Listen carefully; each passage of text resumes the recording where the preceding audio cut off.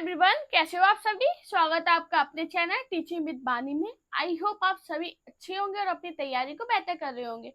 दोस्तों, आज की जो हमारी क्लास है वो प्रयोगवाद से है, तो चलिए आज की वीडियो को स्टार्ट करते हैं। उससे पहले अगर आप चैनल पे पहली बार आए हो तो चैनल को सब्सक्राइब और वीडियो को लाइक जरूर करना। आज का हमारा पहला क्वेश्चन है, किस सप्तक में एक भी कवित्री सम्मिलित नहीं है?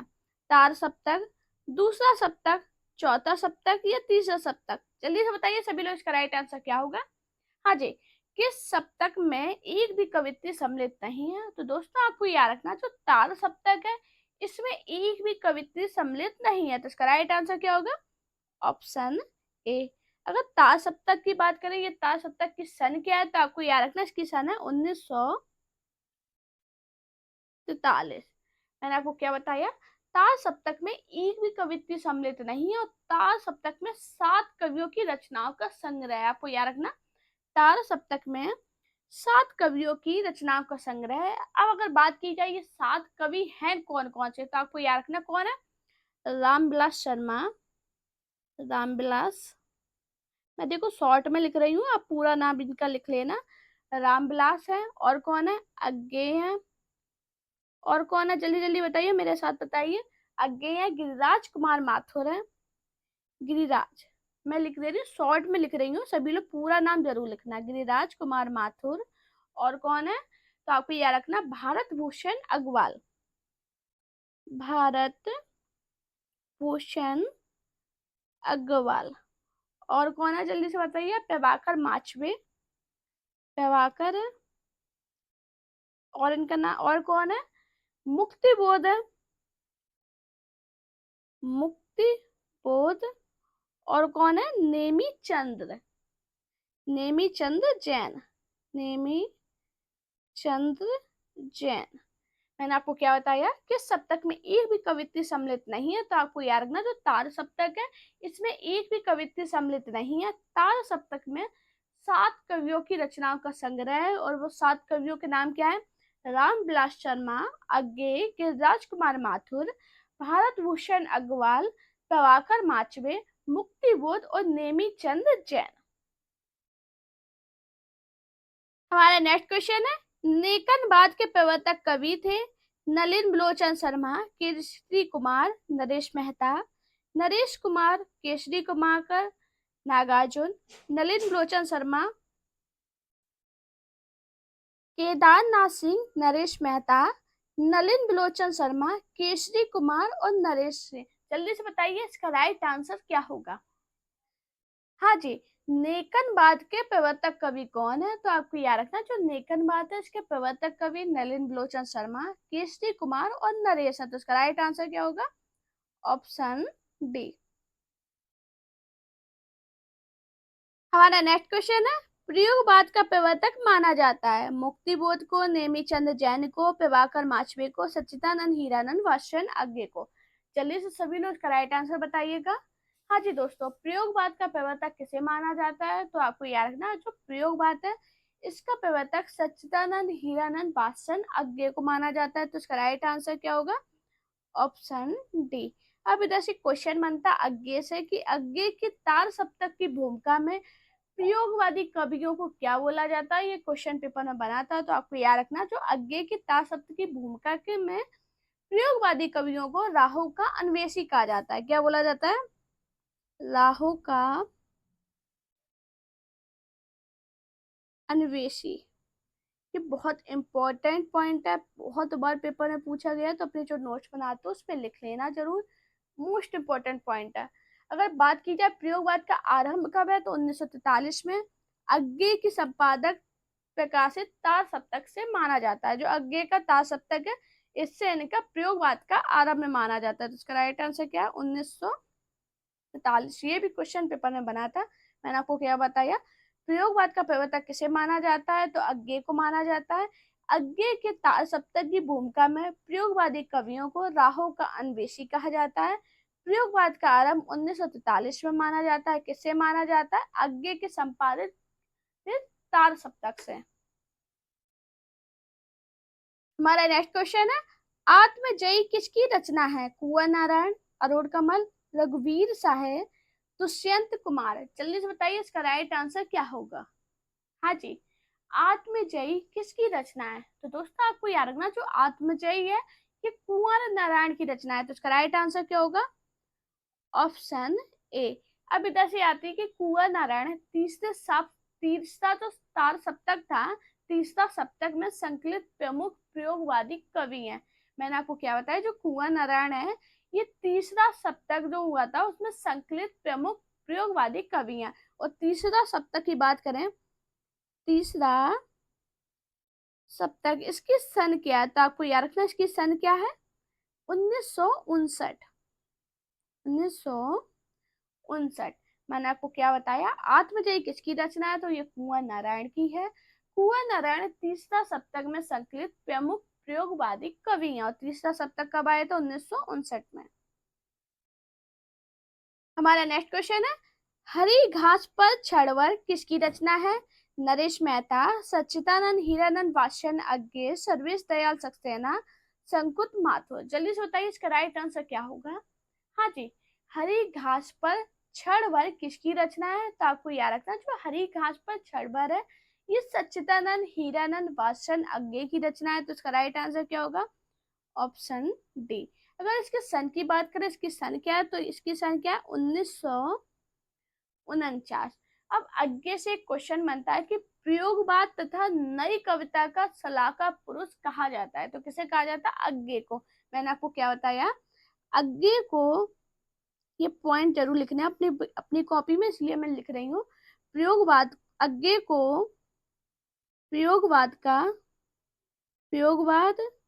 तथा नई कविता, नई कविता, प्रयोगवाद तथा नई कविता का सलाहकार पुरुष कहा जाता है।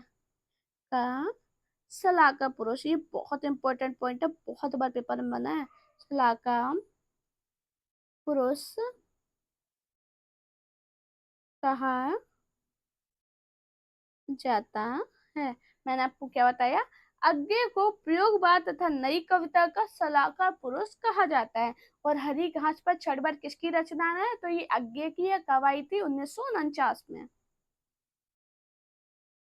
हमारा नेक्स्ट क्वेश्चन है, चांद का मुंह टेढ़ा काव्य संग्रह के रचनाकार है? गिरिराज कुमार माथुर, सच्चिदानंद हीरानंद वात्स्यन अज्ञे, धर्मवीर भारती, गजानन माधव मुक्तिबोध। जल्दी से बताइए इसका राइट आंसर क्या है। हाँ जी, और वीडियो वीडियो जब खत्म हो उसके बाद मुझे ये जरूर बताना कि आज की क्लास में आपका स्कोर क्या रहा है और आपको मेरी क्लास कैसी लगती है। ये मुझे सभी लोग कमेंट में जरूर बताना।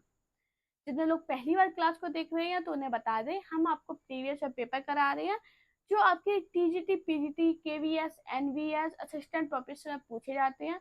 सभी के लिए इम्पोर्टेंट है, पूरी क्लास जरूर देखना। हमारी जो क्लास है वो दिन में 3 बजे और शाम को 8 बजे डेली आती है। बताइए इसका राइट आंसर क्या है। चांद का मुंह टेढ़ा काव्य संग्रह के रचनाकार कौन है? तो आपको याद रखना, जो चांद का मुंह टेढ़ा काव्य संग्रह है इसके रचनाकार गजानन माधव मुक्तिबोध है। तो इसका राइट आंसर क्या होगा? Option D. और जो गजानन माधव मुक्तिबोध है इनके दो काव्य संग्रह हैं। पहले का नाम क्या है? चांद का मुंह टेढ़ा, और दूसरा क्या है? भूरी भूरी खाक धूल। ये भी बहुत पूछा जाता है, भूरी भूरी, भूरी भूरी खाक धूल। ये दोनों इनके काव्य संग्रह बहुत पेपर में पूछे जाते हैं कि किसके हैं। तो आपको याद रखना, ये गजानन माधव मुक्तिबोध के दो काव्य संग्रह है, चांद का मुंह टेढ़ा और भूरी भूरी खाक धूल। हमारा नेक्स्ट क्वेश्चन है, संवेदनात्मक ज्ञान और ज्ञानात्मक संवेदना सूत्र का प्रयोग कौन है? गजानन माधव मुक्तिबोध, सच्चिदानंद हीरानंद वात्स्यन अज्ञे, सूर्यकांत त्रिपाठी निराला, महादेवी परमार। जल्दी से बताइए सभी लोग, इसका राइट आंसर क्या होगा।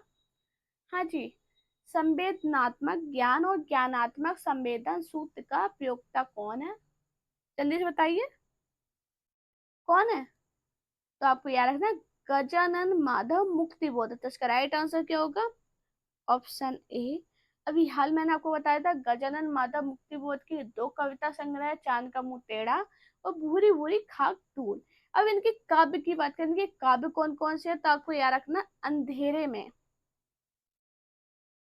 अंधेरे में। एक इनका बहुत पूछा जाता है, एक स्वप्न कथा, एक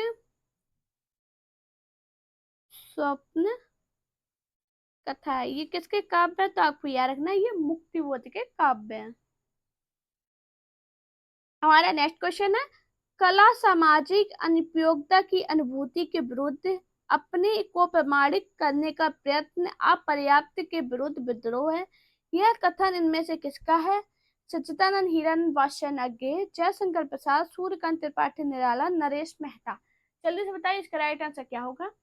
हाँ जी, ये जितने भी क्वेश्चन है ये प्रीवियस पेपर से लिए गए, तो सभी इंपॉर्टेंट है। बताइए इसका राइट आंसर क्या होगा।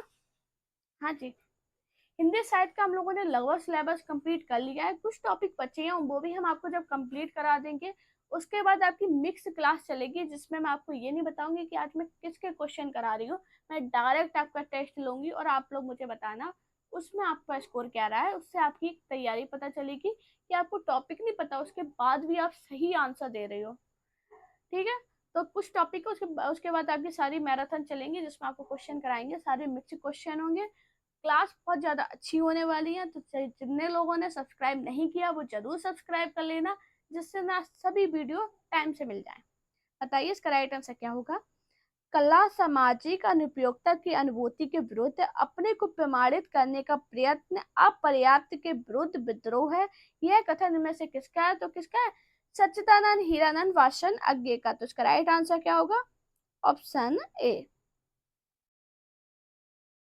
हमारा एक क्वेश्चन है, नेक्स्ट, किस कवि को भावनात्मक और विचारात्मक ऊर्जा अनेकानेक कल्पना चित्रों में फैंटसियों का आकार ग्रहण करते हैं? निराला, नागार्जुन, पंत, मुक्तिबोध। जल्दी से बताइए सभी लोग इसका राइट आंसर क्या होगा। हाँ जी, क्या होगा इसका राइट आंसर? तो आपको याद रखना, मुक्तिबोध की भावनात्मक और विचारात्मक ऊर्जा अनेकानेक कल्पना चित्रों की फैंटेंसियों का आकार ग्रहण करती है। तो इसका राइट आंसर क्या होगा? Option D. अब इधर से क्वेश्चन बनता है कि मुक्तिबोध का जन्म कब हुआ था और इनका निधन कब हुआ था। इससे क्वेश्चन बना है कि मुक्तिबोध का जन्म कब हुआ, निधन कब हुआ। तो आपको याद रखना, मुक्तिबोध का जन्म 1917 में। जन्म कब हुआ? 1917 में। अगर इनके निधन की बात करें, इनका निधन कब हुआ? तो कब हुआ निधन? 1964 में हुआ था। आपको दोस्तों याद रखना, जो मुक्तिबोध है ये तार सप्तक के पहले कवि थे जिनका कोई स्वतंत्र काव्य संग्रह उनके जीवन काल में प्रकाशित नहीं हो पाया था। ये पेपर में बना था क्वेश्चन कि तार सप्तक के वो कौन से कवि हैं जिनका कोई भी काव्य संग्रह उनके जीवन काल में प्रकाशित नहीं हो पाया था। वो कौन थे? मुक्तिबोध थे। मैंने आपको क्या बताया, मुक्तिबोध का जन्म 1917 में हुआ था, इनका निधन 1964 में हुआ था। हमारा नेक्स्ट क्वेश्चन है, आधुनिक हिंदी कविता की महत्वपूर्ण कविता मानी जाने वाली रामदास के रचयिता थे? रघुवीर साहिब, नागार्जुन, शिव मंगल सिंह सुमन, कुंवर नारायण। जल्दी से बताइए सभी लोग इसका राइट आंसर क्या होगा। हाँ जी, आधुनिक हिंदी कविता की महत्वपूर्ण कविता मानी जाने वाली रामदास के रचयिता कौन थे? तो आपको याद रखना कौन थे? रघुवीर साहिब। तो इसका राइट आंसर क्या होगा? Option A. अब इधर से रघुवीर साई के जन्म और मृत्यु से क्वेश्चन बनता है कि इनका जन्म कब हुआ था। आपको याद रखना, इनका जन्म दिसंबर, हाँ जी बताइए दिसंबर कब हुआ था? कितने दिसंबर को हुआ था? दिसंबर 1929 में हुआ था। अगर इनकी मृत्यु की बात करें, इनकी मृत्यु कब हुई थी? तो कब हुई थी? 1990 में। ये भी दिसंबर में ही हुई थी, दिसंबर 1990 में। मैंने आपको क्या बताया, रघुवीर साहे रामदास कविता के रचयिता हैं। रघुवीर साया जो आधुनिक काल के प्रयोगवादी कवि थे। इनका जन्म दिसंबर 1929 में हुआ था तथा इनका निधन दिसंबर 1990 में हुआ था। हमारा नेक्स्ट क्वेश्चन है, आगे की नदी के द्वीप कविता में नदी और द्वीप क्रमशः प्रतीक हैं कवि एवं साहित्य के, प्रवाह एवं चेतना के, जल एवं भूखंड के, समाज एवं व्यक्ति के। सभी लोग बताइए इसका राइट आंसर क्या होगा। हाँ जी, आगे की नदी द्वीप कविता में नदी और द्वीप क्रमशः किसके प्रतीक है? हाँ जी, क्या होगा इसका राइट आंसर? ये सभी क्वेश्चन पेपर में बने हैं, चाहे आप DSSP की तैयारी कर रहे हो, BPSC की कर रहे हो, KVS, NVS, असिस्टेंट प्रोफेसर, किसी भी तैयारी कर रहे हो, पूरी क्लास बहुत ज्यादा इंपॉर्टेंट है, क्योंकि ये सभी क्वेश्चन आपके प्रीवियस पेपर से लिए गए मोस्ट इंपॉर्टेंट है। बताइए इसका राइट आंसर क्या होगा। आगे के नदी एवं दीप, नदी के दीप कविता में नदी और दीप क्रमशः किसके प्रतीक हैं। तो दोस्तों आपको याद रखना, नदी की दीप आगे की अत्यंत महत्वपूर्ण प्रतीकात्मक कविता है। इसमें नदी और दीप समाज और व्यक्ति का प्रतीक है। तो इसका राइट आंसर क्या होगा, ऑप्शन डी। हमारा नेक्स्ट क्वेश्चन है, कहा तो था चिरागा हरेक घर के लिए चिराग मयस्कर नहीं शहर के लिए। उपयुक्त पंक्ति के रचयिता हैं महादेवी वर्मा, दुष्यंत कुमार, भवानी प्रसाद मिश्र, त्रिलोचन। जल्दी से बताइए इसका राइट आंसर क्या है। हाँ जी, क्या होगा इसका राइट आंसर। तो आपको याद रखना दोस्तों, ये जो पंक्ति है किसकी है, दुष्यंत कुमार की। तो इसका राइट आंसर क्या होगा, ऑप्शन डी। अब इधर से फिर वही क्वेश्चन बनता है कि इनका जन्म और मृत्यु कब हुआ था। तो आपको याद रखना, दुष्यंत कुमार का जन्म है जो कब हुआ था, 1933 में। अगर इनकी मृत्यु की बात करें, इनका निधन कब हुआ था, तो आपको याद रखना जो इनका निधन है वो कब हुआ था, 1975 में। क्वेश्चन बने हैं क्योंकि इन लोगों के जो टाइम था, इन लोगों की उम्र का वो बहुत ज्यादा कम था, इसलिए ऐसे क्वेश्चन बनते हैं। जन्म कब हुआ, निधन कब हुआ, तो ऐसे क्वेश्चन बनते हैं। अपने नोट्स में लिख लो, अब रिवीजन मान लो, क्योंकि ये क्वेश्चन क्या होता है, पेपर पर कैसे भी घुमा के पूछ देगा एग्जामिनर। अगर आपको सही से पढ़ा होगा तभी तो आप बता पाओगे ना, इसलिए आपको से कहते हैं जो आपने मेरे नोट्स बना रखे उसमें ये पॉइंट जरूर लिखा कीजिए। हमारा नेक्स्ट क्वेश्चन है, तार सप्तक का संपादन हिंदी कविता के किस युग की शुरुआत से संबंधित है। छायावाद युग से, प्रगतिवाद युग से, प्रयोगवाद युग से या हालावाद युग से। जल्दी से बताइए सभी लोग, इसका राइट आंसर क्या होगा। हाँ जी, तार सप्तक का संपादन हिंदी कविता में किस युग की शुरुआत से संबंधित है। तो किससे है, प्रयोगवाद युग से। तो इसका राइट आंसर क्या होगा, ऑप्शन सी। मैंने आपको क्या बताया, तार सप्तक का संपादन हिंदी कविता में प्रयोगवाद युग की शुरुआत से संबंधित है। तो इसका राइट आंसर क्या है, ऑप्शन सी। हमारा नेक्स्ट और मोस्ट इंपोर्टेंट क्वेश्चन, निम्नलिखित में से कौन सी कृति सच्चिदानंद हीरानंद वात्स्ययन अज्ञे की नहीं है। साई में धूप, चिंता, बावरा अहेरी, इंद्रधनुष रौंदे हुए थे। जल्दी से बताइए इसका राइट आंसर क्या है। हाँ जी, सभी लोगों का मैं चेक करूंगी, सभी लोग मुझे जरूर कमेंट में बताना कि आपका स्कोर क्या रहा है। मैं सभी के रिप्लाई भी करती हूँ, तो सभी लोग प्लीज आप लोग कमेंट जरूर करना, जिससे मुझे एक आइडिया लग जाए कि आपके कितने क्वेश्चन सही रहते हैं। हाँ जी, निम्नलिखित में कौन सी कृति सच्चिदानंद हीरानंद वात्स्ययन अज्ञे की नहीं है। तो वो कौन सी है, साई में धूप। साई में धूप जो है ये सच्चिदानंद हीरानंद वात्स्ययन अज्ञे की नहीं है। तो आप बताओ ये किसकी है, जल्दी से बताइए। हाँ जी, ये कृति किसकी है। तो आपको याद रखना, साई में धूप दुष्यंत कुमार की गजल संग्रह है। इसका राइट आंसर क्या है, क्या है। तो आपको याद रखना ये दुष्यंत कुमार की, दुष्यंत कुमार की। अगर इसके सन की बात करें, इसकी सन क्या है, तो आपको याद रखना इसकी जो सन है वो है 1975, 1975। अब इधर से बात करें तो चिंता है, ये किस इसके सन क्या है। तो आपको याद रखना चिंता की सन क्या है, 1942। बावरा अहेरी की क्या है, 1954। और इंद्रधनुष रौंदे हुए थे, इसकी सन क्या है, 1957। चिंता, बाबरा हेरी और इंद्रधनुष ये किसकी कृति है। तो आपको याद रखना ये आज्ञे का कविता संग्रह है। बाकी जो साय में धूप है ये दुष्यंत कुमार की गजल गजल संग्रह है। माफी चाहेंगे, गजल,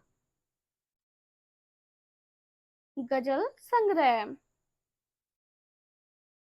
हमारा नेक्स्ट क्वेश्चन है, सात गीत बस किसका काव्य संग्रह है। महादेवी वर्मा, गिरिराज कुमार माथुर, धर्मवीर भारती, जानकी वल्लभ शास्त्री। जल्दी से बताइए सभी लोग, इसका राइट आंसर क्या होगा। हाँ जी, क्या होगा इसका राइट आंसर। तो दोस्तों आपको याद रखना, सात गीत बस किसका काव्य संग्रह है, धर्मवीर भारती का। तो इसका राइट आंसर क्या होगा, ऑप्शन सी। अब धर्मवीर भारती से क्वेश्चन बनता है कि प्राण अनुभूति के कवि कौन है। तो वो कौन है, धर्म वीर भारती, मैंने क्या बताया? प्रणयान, माफी चाहेंगे, प्राण नहीं था, प्रणयान अनुभूति था। प्रणयान अनुभूति के कवि हैं। कौन है? धर्मवीर भारती। हमारा नेक्स्ट क्वेश्चन है, खुशबू के शिलालेख कविता किस रचनाकार की है? भवानी प्रसाद मिश्र, रघुवीर राय, भरत भूषण अग्रवाल, सर्वेश्वर। जल्दी से बताइए इसका राइट आंसर क्या होगा?